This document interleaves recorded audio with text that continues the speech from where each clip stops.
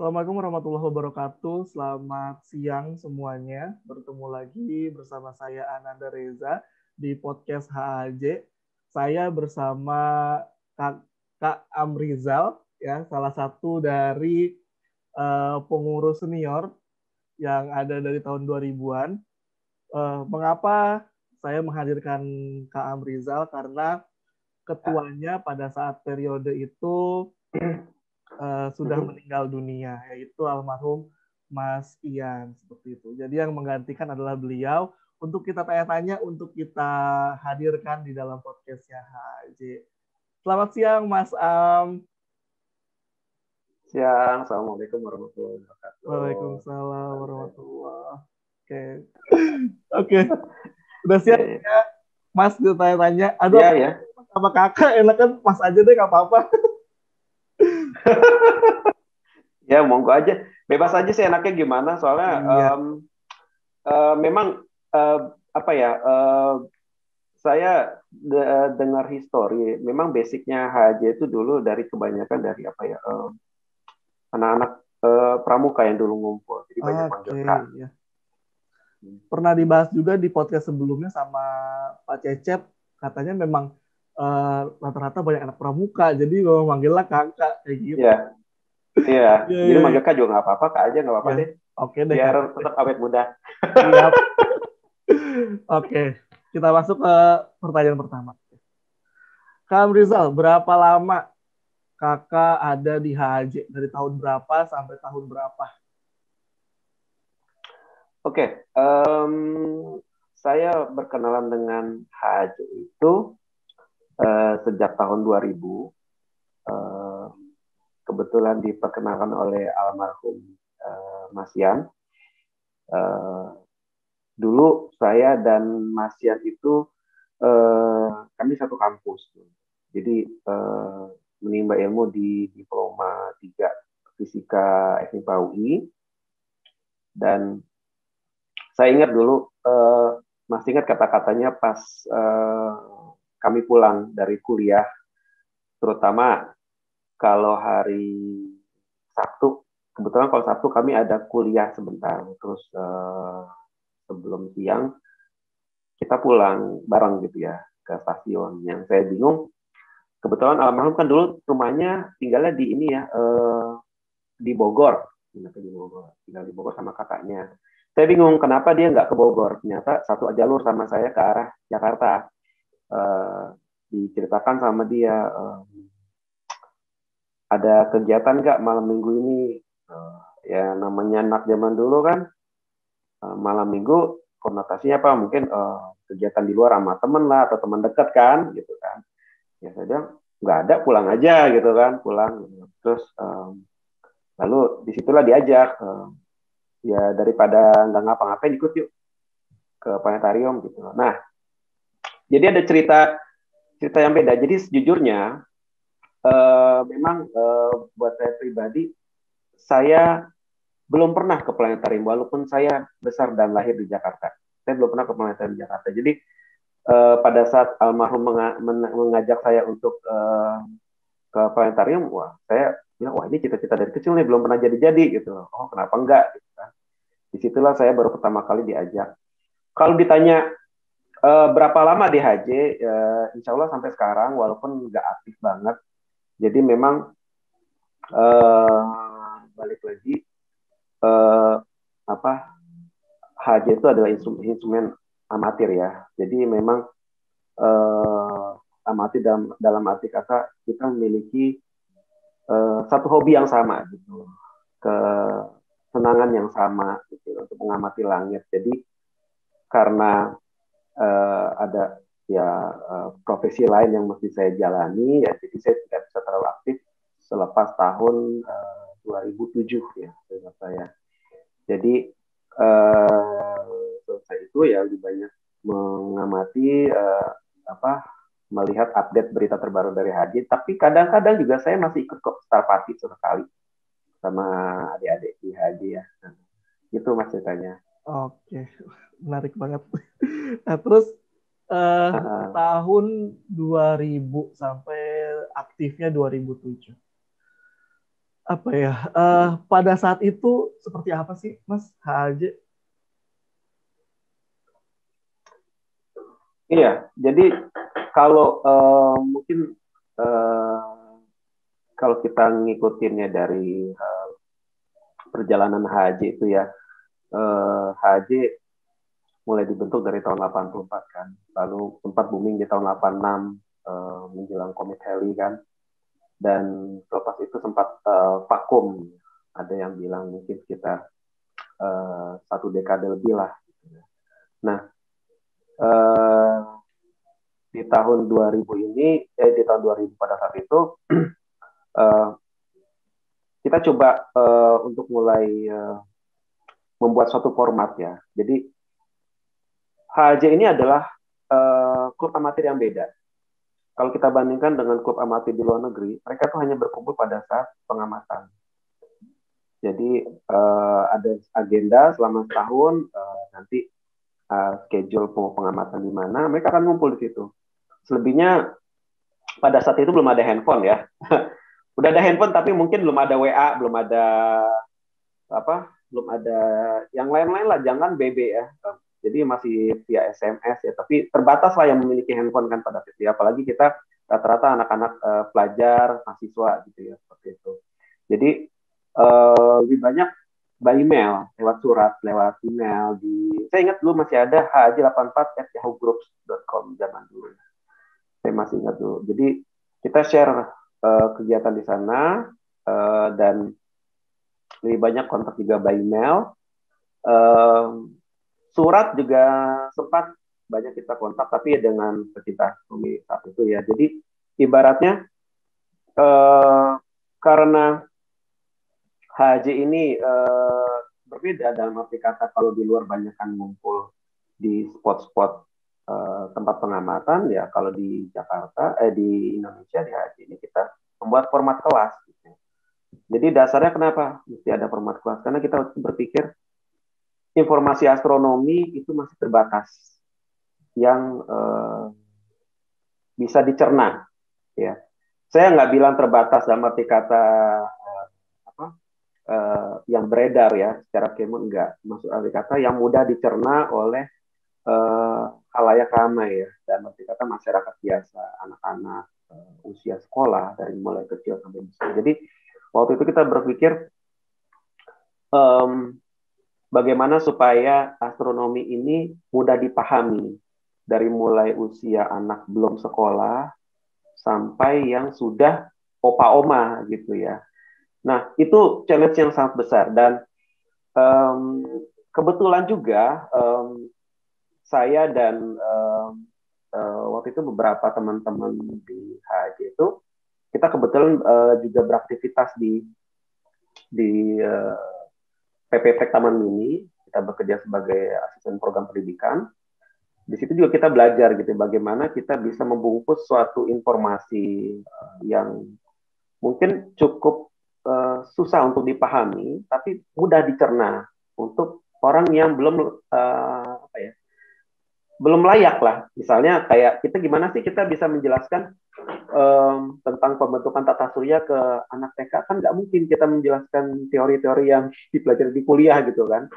Itu challenge yang ada gitu seperti itu. Jadi HJ akhirnya di setting waktu itu formatnya kita bikin kelas, dan memang tetap kita tetap ada namanya Star Party. Itu adalah suatu acara puncak ya buat kita. Jadi dulu tuh kita pas awal-awal dalam setting ulang tuh belum ada bikin acara. Kalau sekarang kan mungkin ada pengamatan kerjasama dengan instansi segala macam, itu belum ada. Nah, lalu itu tahun 2000, lalu 2001, 2002 mulai kita mencoba untuk keluar ya, maksudnya dalam arti kata oh boleh kita kerjasama gitu, kita kerjasama dengan lembaga-lembaga. Khususnya waktu itu saya masih ingat tahun 2002 itu kita ada undangan dengan FIPA UI. Nah di situ tuh cikal bakal awal kita mulai touch dengan di luar HJ gitu. Kita coba kerjasama. Lalu kita bikin acara pameran. Lalu di tahun 2003 yang saya ingat waktu itu kita membuat, itu pertama kalinya kita membuat Pekan Astronomi Jakarta. Jadi formatnya sama, jadi lomba ya, ada lomba karya ilmiah, ada lomba poster, ada cerdas cermat. Itu tahun 2003. Kebetulan saya ketua panitianya. Jadi disitulah kita mulai nih membuat apa ya, suatu kompetisi untuk anak-anak KIR ya, waktu itu kita fokusnya ya. Karena waktu itu kalau nggak salah belum ada OSN untuk astronomi, belum ada ya. Jadi kita bikin seperti itu, dan di tahun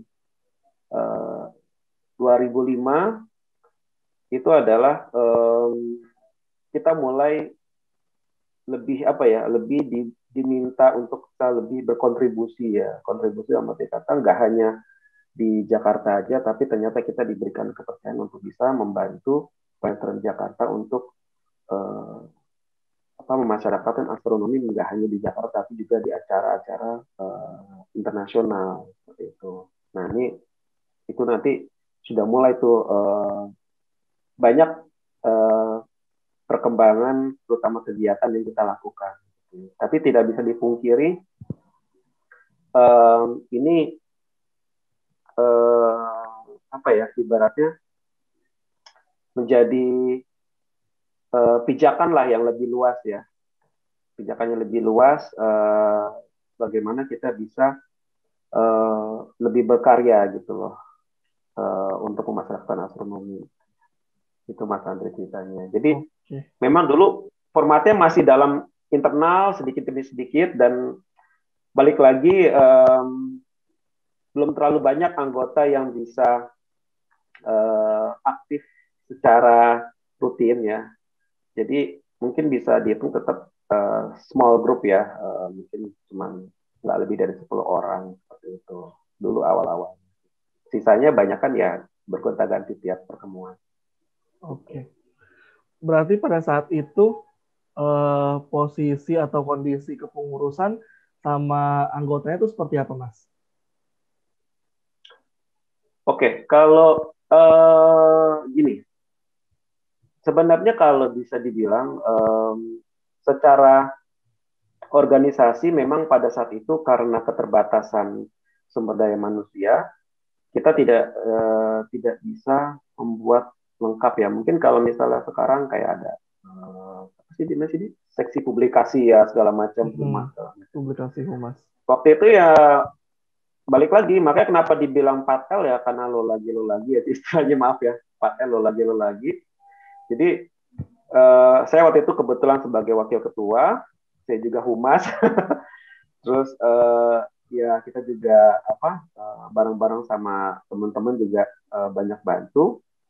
Tapi memang mungkin bisa dihitung kita hanya 4-5 orang ya. Nah sisanya kalau terhadap anggota ini, waktu itu kita berpikir gini, kita nggak mau ya, ibaratnya acara kan sampai sekarang tetap malam minggu ya. Waktu itu kita berpikir gini, ini malam minggu, malam di mana orang mungkin ingin melepaskan penat ya dari kesibukan selama seminggu ya. Terus masuk ke kelas dan mereka menerima ibaratnya informasi baru atau mungkin diskusi astronomi, dan kita nggak mau itu menjadi kayak kuliah lagi atau kayak sekolah lagi gitu ya. Seperti itu. Makanya waktu itu kita belum menemukan format yang pas, apakah kita kayak misalnya apakah anggota mesti berapa kali hadir supaya bisa jadi anggota, atau misalnya mesti berapa kali ikut pertemuan supaya bisa ikut staff party gitu ya. Jadi waktu itu kita lebih ke arah pertama bagaimana merapikan format pertemuan selama setahun, terus kegiatan khususnya staff party berapa kali seperti itu. Dan waktu itu saya ingat saya bikin lagi waktu itu kalau salah belum ada WA, Facebook atau apapun handphonenya. Jadi kita bikin bikin buletin astronomi kecil, itu dijual berapa ya? Rp2.000 kalau salah waktu itu deh. Rp2.000 hanya bentuk fotokopian isi 8-10 lembar gitu ya. Dan ya itu seperti itu gitu ya, supaya tetap ada kenang-kenangan buat mereka yang pertemuan. Jadi anggotanya pun juga sudah mulai dari yang mulai masih belum PK ya. Kita dulu bilangnya emang receh, sampai sekarang mungkin masih receh ya. Nah receh ya. Terus kita waktu itu banyak apa ya yang datang itu, terutama anak-anak yang bisa dibilang daya apa ya, daya apa ya, keingintahuannya tinggi gitu tentang astronomi. Jadi pada saat pertemuan tuh pada saat mungkin Pak Widya menerangkan, atau mungkin almarhum menerangkan di depan, mereka kadang maju ke depan seperti itu ya. Di situ kita belajar, oh ternyata begini tuh caranya kita bisa men-treat anak-anak pada saat pertemuan. Gitu ya. Supaya dia juga tidak bosan seperti itu. Terus untuk orang-orang yang awam, karena kan yang datang ke pertemuan itu bukan hanya anak-anak sekolah, nggak hanya anak kuliah, kadang juga yang sebagai seorang pekerja gitu ya, atau mungkin dia bukan anak sains gitu ya. Jadi kita waktu itu cuma berusaha bagaimana supaya mereka tetap konsentrasi gitu ya, kita membagikan informasi gitu ya. Jadi jangan sampai mereka menganggap wah salah nih datang ke sini malah tambah pusing gitu seperti itu kan. Udah malam minggu tambah pusing pula seperti itu. Jadi waktu itu kita berusaha seperti itu Mas, menemukan format dulu bahwa kita bisa kita bisa pakai format ini nih, kita oke nih seperti ini, barulah kita bisa memikirkan hal yang lain, terutama ya kegiatan-kegiatan di luar HJ, kerjasama atau bikin acara seperti itu. Dan alhamdulillah enggak, teman-teman berkat teman-teman yang semangat ya waktu itu, yaitu saya bilang tahun 2003 kita ada bisa bikin Asukan Astronomi Jakarta, 2005 kita ikut kontribusi di APRIM ya, itu seperti itu ceritanya saat itu. Oke. Kalau didengar-dengar nih dari ceritanya Kak Amrizal ini kayak seru banget. Nah, sekarang gimana sih animo masyarakat sendiri mengenai HAJ? Kalau kita bicara pengurus atau anggota kan udah pasti interest banget sama astronomi.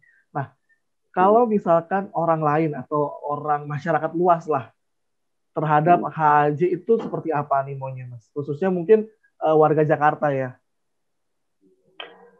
Oke, yang saya berdasarkan ini aja ya, perbincangan ya pada saat mereka tahu apa sih yang dilakukan gitu loh. Mau ngapain ke Planetarium Jakarta gitu. Bahkan itu mungkin saat itu ya. Yang saat ini saya waktu itu terakhir sempat saya mengadakan pengamatan di kompleks perumahan dan saya bilang saya akan ke Planetarium Jakarta. Saya mau ada kebutuhan keperluan peralatan yang kurang dan gitu kan. Terus tetangga saya yang biasa itu pada nanya, kenapa ke planetarium? Apa itu HJ? Itu saya coba jelaskan. Jadi pertama dalam pikiran mereka adalah gini,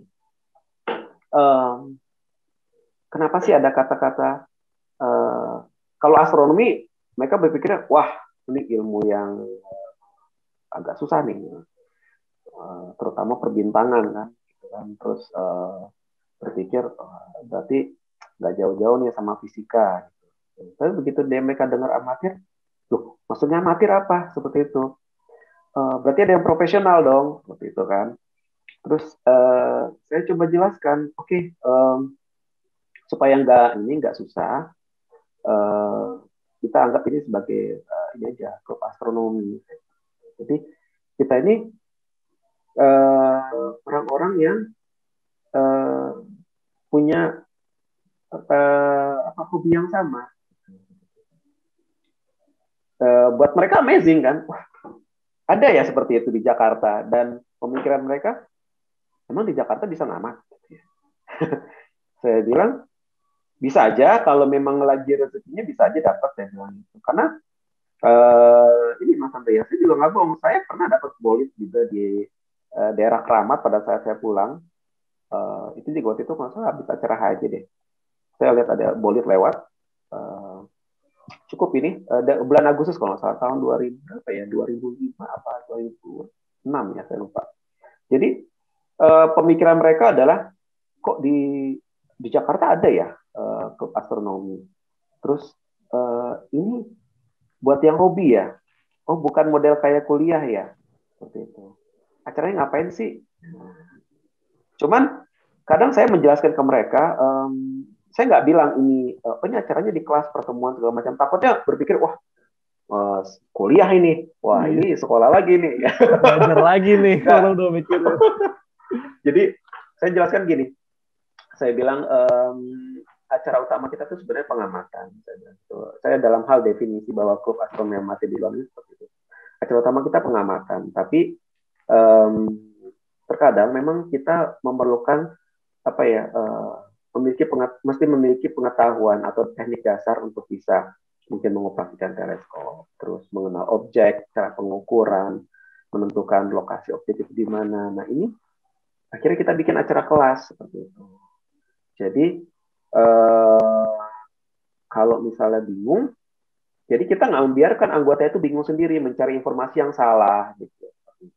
Jadi kita bikin ada format pertemuan gitu. Jadi silakan kalau mau datang kayak gitu. Jadi itu pemikiran mereka di awal kalau organisasi. Itu yang komunikasi saya ya, yang diskusi sama saya. Gitu. Oke. Nah, kita melihat perkembangan zaman yang sangat signifikan dari zamannya pada saat itu yang nggak ada WA, yang nggak ada BB, masih pakai email dan bikin buletin pula. Nah, yang jadi pertanyaan berikutnya adalah apa perbedaannya HAJ pada saat itu sama HAJ sekarang menurut Mas?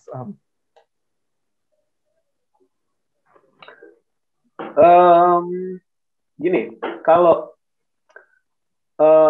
secara teknologi itu jelas ya, perbedaannya kelihatan ya.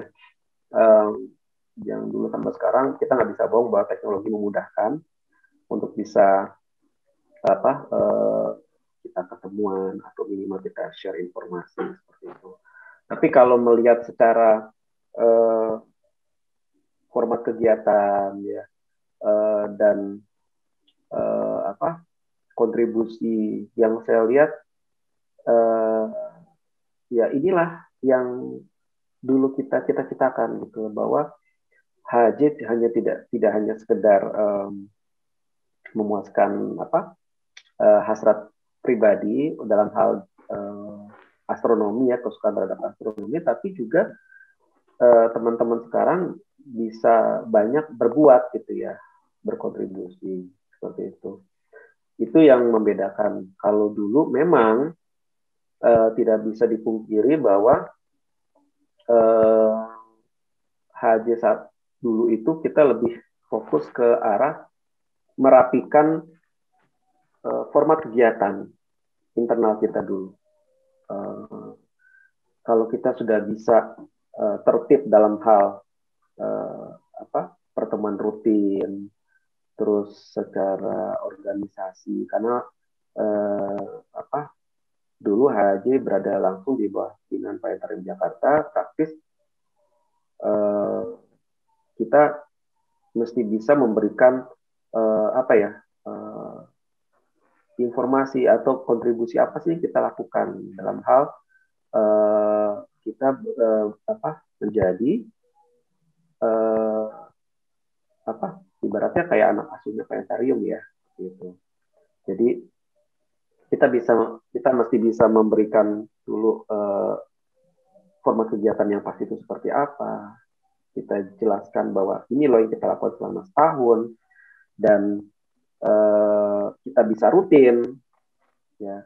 Terus kita juga bisa mensupport kegiatan planetarium. Jadi waktu itu seperti itu. Nah kalau saya lihat yang sekarang ya sangat bangga gitu loh melihat teman-teman katakanlah bisa berkontribusi dalam hal misalnya mungkin di sisi astrofotografi, atau mungkin juga berkontribusi untuk membuat acara-acara yang bisa lebih menyebarkan ilmu astronomi, atau mungkin juga berarti sudah bisa membagi kegiatan. Oh, jelas gitu ya. Oh, yang dulu yang internal kita emang bagus, sudah bagus, dikembangkan lagi. Kita juga di luar, kita lebih banyak bisa bekerja sama dengan pihak lain, instansi lain gitu. Dan yang saya lihat juga, ya teknologi itu membantu juga teman-teman dalam hal memberikan informasi yang menarik, baik itu di Instagram, di YouTube, ya kan, dan komunikasi juga tidak terbatas oleh waktu dan tempat, dimanapun bisa diskusi. Kalau dulu kan enggak, dulu kita baru bisa ngobrol banyak bebas ya pas lagi di pertemuan rutin doang gitu. Kan memang belum ada handphone, kita belum punya handphone pada saat itu, gitu Mas. Itu yang membedakan sih. Oke. Nah, masuk ke pertanyaan berikutnya. Coba kakak ceritain, ada nggak sih momen mungkin yang paling berbekas, yang paling indah pada saat itu dari HAJ sendiri? Oke. Momen yang paling indah, terutama kita ngobrolin pengurus saat itu ya, yang karena kan kita diskusi pada masa saya ya. Jadi memang mungkin teman-teman juga tahu juga bahwa di tahun 2005 kita diberikan kepercayaan terlibat di ASEAN Pacific Regional International Meeting di Bali, itu untuk International Astronomical Union. Jadi kita diberikan tanggung jawab untuk bisa berkontribusi dalam hal memasyarakatkan ilmu astronomi pada saat kegiatan APRIN tersebut. Jadi tujuan utamanya adalah APRIN kan juga ada itu berkumpul kita konferensi ya, ibadah seminar ya teman. Nah, HJ ini berkontribusi untuk di sekolah-sekolah di Bali, terutama di tingkat SMA. Nah, momen yang paling indah, kenapa indah? Karena pada saat itu dengan keterbatasan personel, waktu, kita masih menyiapkan semuanya. Terus kita pada saat itu juga belum punya pengalaman, dalam arti kata itu pertama kalinya HJ, mungkin bisa dibilang go internasional ya. Jadi kita waktu itu juga menemani guru-guru dari sekolah Jepang, lektor Jepang. Terus kita juga di sekolah di acara itu juga kita membuka stand, di acara APRIN itu membuka stand. Jadi dengan keterbatasan waktu, keterbatasan personil, dan kami mesti berpacu dengan waktu ya, karena acara tersebut kan praktis semuanya on schedule. Jangan sampai kita miss di satu tempat yang lain akan ikut kena impact-nya. Gitu. Nah itu melelahkan, sangat melelahkan dalam hal fisik dan psikologis, tapi menjadi satu hal yang indah pada saat selesai acara, kita berkumpul bersama, kita start party bareng waktu itu di Nusa Dua itu, di saya ingat waktu itu kalau nggak salah di backyard dari hotel ya. Dan itu sebagai agenda utama, kita ngumpul pengamatan bareng beserta seluruh peserta. Beserta kita juga ada undang-undang dari sekolah juga dan masyarakat kita, dan di situ terbayar semua Mas. Jadi itu kita berpikir kita ingin bisa seperti ini lagi, memiliki kemampuan untuk melihat wajah-wajah anak-anak, orang-orang yang belum ibaratnya pertama kali mengenal objek langit, mereka mengamati pertama kali, wajah-wajah yang antusias, terpuaskan, bahkan apa ya, dia nggak mau juga, ada juga yang menitikkan air mata gitu ya, karena ya itu, jadi itulah yang membuat kita terbayar gitu, kelelahan kita, stresnya kita gitu ya. Dan itu yang momennya cukup membekas gitu ya di tahun 2005. Dan itu momen indah sih. Kalau apa, momen yang menyedihkan nggak usah diceritain lah ya. Itu ibaratnya itulah namanya apa ya, organisasi naik turunnya ya, naik turunnya, bahwa pasti ada satu masa di mana kita kehilangan semangat, tapi pada suatu masalah kita masih bisa bangkit lagi gitu, seperti itu. Oke. Gitu ceritanya. Di masanya Kak Amrizal sendiri, mungkin HAJ punya pencapaian-pencapaian atau prestasi-prestasi tertentu yang pernah diraih atau pernah ditorehkan pada saat itu. Oke, kalau kita berkaca gini, amatir itu kan tidak bisa dipungkiri, astronomi amatir juga banyak berkontribusi dalam hal apa ya, informasi penemuan objek langit ya. Mungkin itu kalau yang sudah internasional ya. Tapi memang tidak bisa dipungkiri, HJ itu pada saat saya memang kita belum bisa berkontribusi sejauh itu ya. Cuman yang buat saya pribadi, karena HJ ini adalah grup astronomi yang beda dengan di luar negeri, karena kita lebih berfokus ke kontribusi ke pemasyarakatan astronomi. Jadi kalau dalam hal penghargaan apa atas sesuatu, atas yang di apa ibaratnya diberikan oleh badan sesuatu, institusi atau apapun itu, kita memang pada situ nggak ada. Cuman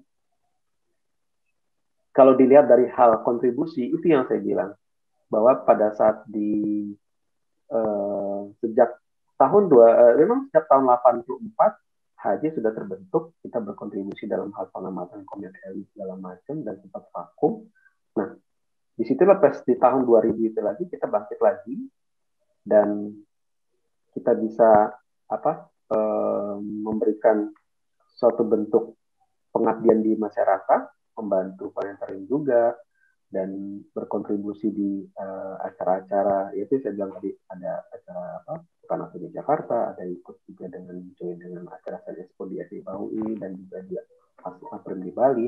Buat saya itu ada pencapaian luar biasa, di mana disitulah tonggak sejarah pertama HJ bisa secara kontinu terus berkontribusi, dan alhamdulillah sampai sekarang seperti itu. Jadi disitulah suatu pencapaian gitu ya.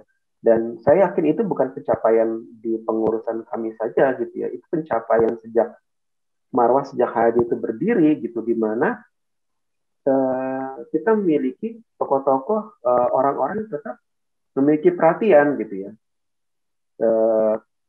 Walaupun sempat vakum, tapi yang saya lihat di tahun 2000 itu teman-teman yang lama yang yang sempat hilang itu muncul lagi seperti itu, dan teruslah berkembang sampai sekarang. Jadi kalau ditanya pencapaian apa ya, pencapaiannya di mana HJ lebih bisa berkontribusi sampai sekarang.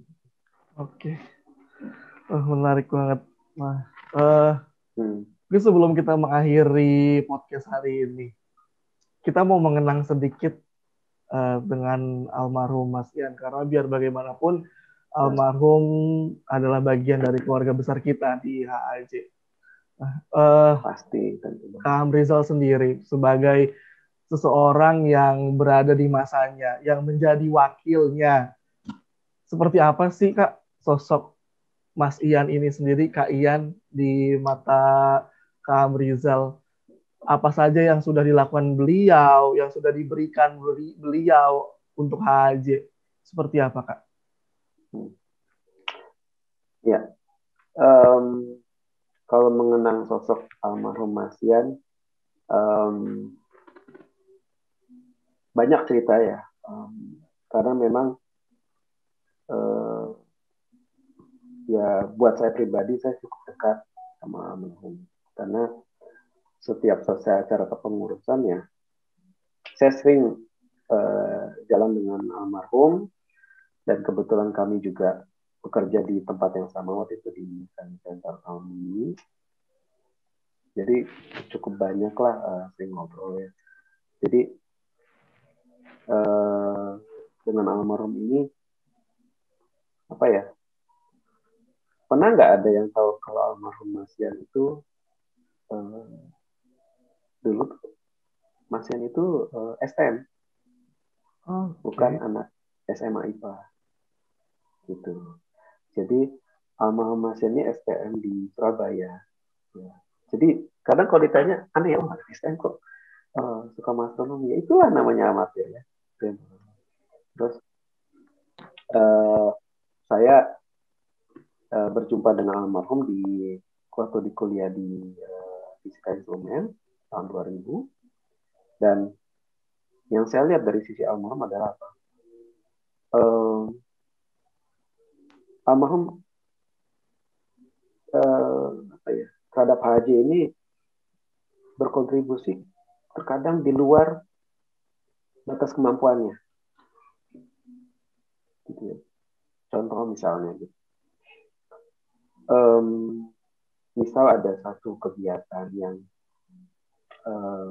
butuh ditindaklanjuti secepatnya, padahal pada saat itu kondisinya mungkin sudah kita sudah cukup lelah ya, tapi karena kita mesti mengkonfirmasinya melalui kegiatan misalnya untuk party ya, atau mungkin kalau misalnya kita mesti ada urusan surat menyurat ya gitu. Lalu almarhum juga banyak pemikiran dari beliau yang ya ibaratnya sampai sekarang teman-teman bisa merasakan bahwa HJ ini jangan pernah melupakan tujuan awalnya, apa yang pernah dijabarkan oleh almarhum Pak Juwana, bahwa kita mesti bisa masyarakat astronomi menjadikan masyarakat saintifik seperti itu. Jadi ibaratnya almarhum Mas Yan ini melanjutkan tongkat estafet dari almarhum Pak Juwana, dan yang saya lihat juga adalah dalam hal memberikan ilmu, berbagi ilmu itu nggak pernah ibarat kata tidak pernah ditakar lah gitu ya. Apa yang beliau tahu, apa yang beliau bisa bantu itu akan diusahakan gitu. Terus kalau misalnya mungkin yang dulu sempat banyak juga berkomunikasi ini juga zamannya Mas Rehan ya, Mas Indra. Walaupun dulu katakanlah selepas 2007 saya kurang beraktivitas, tapi kadang beliau masih sering ya ngobrol sama saya. Nah, ibaratnya curhat lah tentang adik-adik di HJ ya. Jadi mungkin kalau ada permasalahan-permasalahan yang beliau temui, ngobrol sama saya. Di situ saya lihat bahwa keinginan cita-cita beliau terhadap HJ adalah tetap melanjutkan apa yang sudah dicapai selama ini, dan segala macam permasalahan itu pasti ada solusinya. Kalaupun misalnya naik turun organisasi atau mungkin memiliki keterbatasan mungkin dalam hal dana, atau mungkin keterbatasan dalam hal manpower gitu. Jangan pernah berkecil hati bahwa HJ pernah dulu dicoba dibangkitkan lagi, diaktifkan kembali, dan itu berhasil gitu. Seperti itu. Terus saya ingat jadi gini Mas, almarhum pernah di masa titik kritis, di mana pernah anfal ya, masuk IGD setelah acara tahun baru di rumah kami, dia waktu itu masih di Menteng. Terus alhamdulillah waktu itu masih diberikan umur sama oleh Allah Subhanahu wa taala, dan setelah melalui fase tersebut saya masih ingat gitu ya, ada satu ibaratnya mungkin kayak pesan amanah gitu ya. Tapi waktu itu saya nggak melihat bahwa ini ada maksud apa gitu. Cuma waktu itu dia cuma bilang ke saya terutama waktu itu kan masih ada waktu itu kayak second line ya, dengan garis kedua gitu. Dengan garis kedua teman-temannya, masanya Mas Rehan, terus Mas siapa ya dulu ya, Zaki, Mas Zaki Amani, ada Ren Fatia dia. Jadi waktu itu dia bilang ke saya bahwa setelah April yang 2005, kita jangan terlena gitu ya, adik-adik HJ, jangan terlena dengan pencapaian yang ada, terus yang sudah pernah kita lakukan. Apa yang sudah kita berikan pada saat itu mungkin belum ada apa-apanya dibanding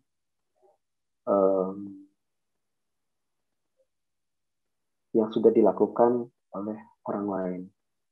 Tapi yang sudah kita lakukan ini juga membuka tanggung jawab baru lainnya. Tanggung jawab ini menunggu kontribusi kita. Jadi astronomi amatir itu bukan hanya untuk kita nikmati sendiri, dalam arti kata teman-teman pulang dari pengamatan, terus membawa cerita. Tapi astronomi amatir ini mesti kita perkenalkan, kita ceritakan ke orang lain. Terlepas dari apakah orang tersebut akan suka juga dengan astronomi, tapi minimal kita sudah berbagi ilmu ke orang lain. Jadi itu pesan beliau. Jadi jangan terlalu terlena dengan apa yang sudah kita buat. Jangan terlalu berpuas diri.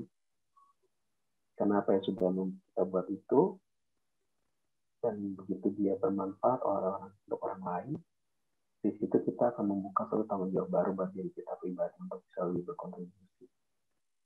Itu yang saya ingat. Itu pas lagi mau ke kampus deh, kalau saya. Walaupun saya belum pernah ketemu, belum pernah kenal sama almarhum, tapi saya yakin almarhum orang baik, orang yang meninggalkan banyak cerita, banyak ilmu di HJ.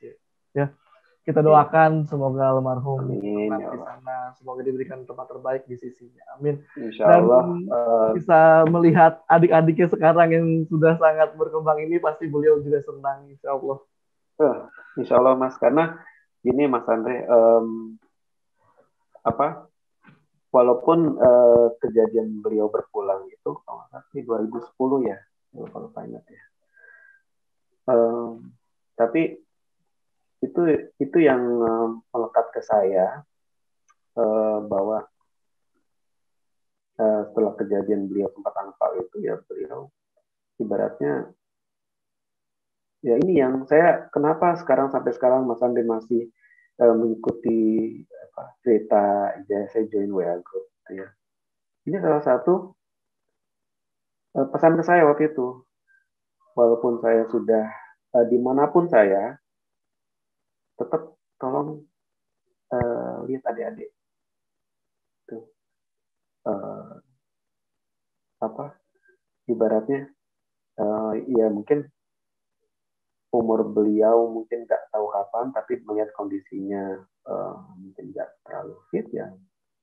Kapanpun kita nggak tahu ya umurnya. Cuman memang waktu itu beliau menasihati saya, dimanapun saya nanti beraktivitas, melanjutkan profesi saya, tetap melihat adik-adik di Cikini. Terus kalau ada masalah ikut bisa bantu seperti itu. Itu yang saya tangkap sih waktu itu pesan beliaunya saya. Oke, wah, luar biasa. Masih mau apa? Nggak pengen kehilangan dari HJ walaupun beliau sudah tidak ada. Oke. Iya. Ya, kita sudahan dulu melo-melonya nih. Iya Mas Andre. Sebelum kita tutup podcast kita pada hari ini, Kak Am berikan ucapan dan harapan untuk di ulang tahun HJ yang ke-37 ini. Silakan. Oke. HJ di usia 37 berarti sebentar lagi kepala 4 ya. Kalau kita ibaratnya manusia itu, usia 40 tahun itu adalah usia yang hati-hati, di mana di situ usia emas manusia. Kalau saya sebagai umat muslim, usia pemuncak, bahwa di situlah usia seseorang berkontribusi berkarya gitu ya. Nah, kalau untuk HJ sendiri, saya berharap di usia 37 tahun ini HJ tetap pada niat awal pembentukannya, di mana kita bisa memasarkan ilmu astronomi, terus berkontribusi di masyarakat, itu tetap mesti dipegang terus. Ya.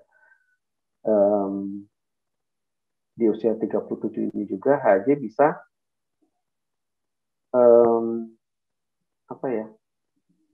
lebih berkontribusi di segala bidang. Gitu. Contoh misalnya HJ bisa mensupport kegiatan-kegiatan, juga ikutan join dengan kegiatan, mungkin bisa ikut kegiatan di organisasi luar negeri seperti itu, walaupun dalam hal masih virtual seperti ini, tapi minimal bahwa kita sudah bisa lebih dikenal, terus tetap bisa mensupport kegiatan dari Planetarium Jakarta dan bisa memberikan banyak ide-ide cemerlang. Karena yang saya lihat ya, dan ini ya sisi bentuk rasa syukurnya gitu, bahwa memang teman-teman HJ banyak juga yang berkiprah di Planetarium Jakarta dan praktis anak-anak muda. Nah, ini anak-anak muda ini memiliki banyak pemikiran gitu ya, yang bisa melihat apa sih yang diinginkan oleh masyarakat saat ini gitu ya, kontribusi apa dari pihak planetarium, dan di situ HJ bisa memberikan peran seperti itu, teman-teman di HJ. Jadi niat awalnya tetap dipegang, kegiatan tetap berjalan secara lebih tertib dan rapi, tapi lebih banyak bisa mengembangkan diri. Ya, mengembangkan diri bukan dalam arti kata mengembangkan subur-subur badannya, enggak ya. Tapi dalam arti kata yaitu tidak sekedar pencitraan bahwa amatir gitu ya. Tapi kita dalam hal ini, kita amatir dalam hal ini, amatir dalam penyebutan doang, tapi kita profesional dalam hal apa, kita bisa lebih banyak berbuat di banyak hal gitu, seperti itu. Dan teman-teman juga bisa lebih ibaratnya mencari binaan-binaan ya, terutama klub-klub astronomi di sekolah. Karena yang saya lihat ya, saya kurang tahu ya kalau sekarang kondisinya ya, karena kondisinya teman-teman juga banyak yang adik-adik sekolah belajar dari rumah. Jadi kondisi saat sekarang secara pandemi bisa mencari format yang pas untuk bisa mensupport kegiatan anak-anak sekolah di rumah gitu ya. Seperti itu. Kita mesti bisa haji itu mesti bisa menyesuaikan diri dengan kondisi. Pada saat kondisinya lagi tidak memungkinkan, kita bisa lebih berkreativitas. Pada saat lingkungan ini tidak mendukung, pandemi sekarang, haji bisa tetap mencari format yang sesuai gitu, seperti itu. Jadi bukan hanya diam aja gitu ya. Terus kalaupun misalnya teman-teman haji mentok pada satu hal, misalnya contoh, ini kurang menarik ya, kita bikin gitu sih kurang menarik. Tetap pasti ada, cari ide pasti ada. Karena kan saya yakin teman-teman dengan banyak pengalaman dari beragam ilmu yang jadi haji, itu pasti ada suatu hal yang bisa memecahkan suatu kebuntuan dalam hal bisa lebih tercipta itu dia gitu. Oke, terima kasih. Oke, baik, Kak Rizal, terima kasih banyak sudah mau diganggu waktunya di hari ini. Sudah berbagi cerita, bernostalgia bersama di podcast Haji hari ini. Ya, terima kasih banyak semua buat teman-teman yang sudah menyaksikan podcast HAJ dari awal hingga hari ini. Inilah yang bisa kami berikan untuk merayakan ulang tahun HAJ yang ke-37. Terima kasih, selamat siang. Oke. Sampai jumpa. Ya, siang sampai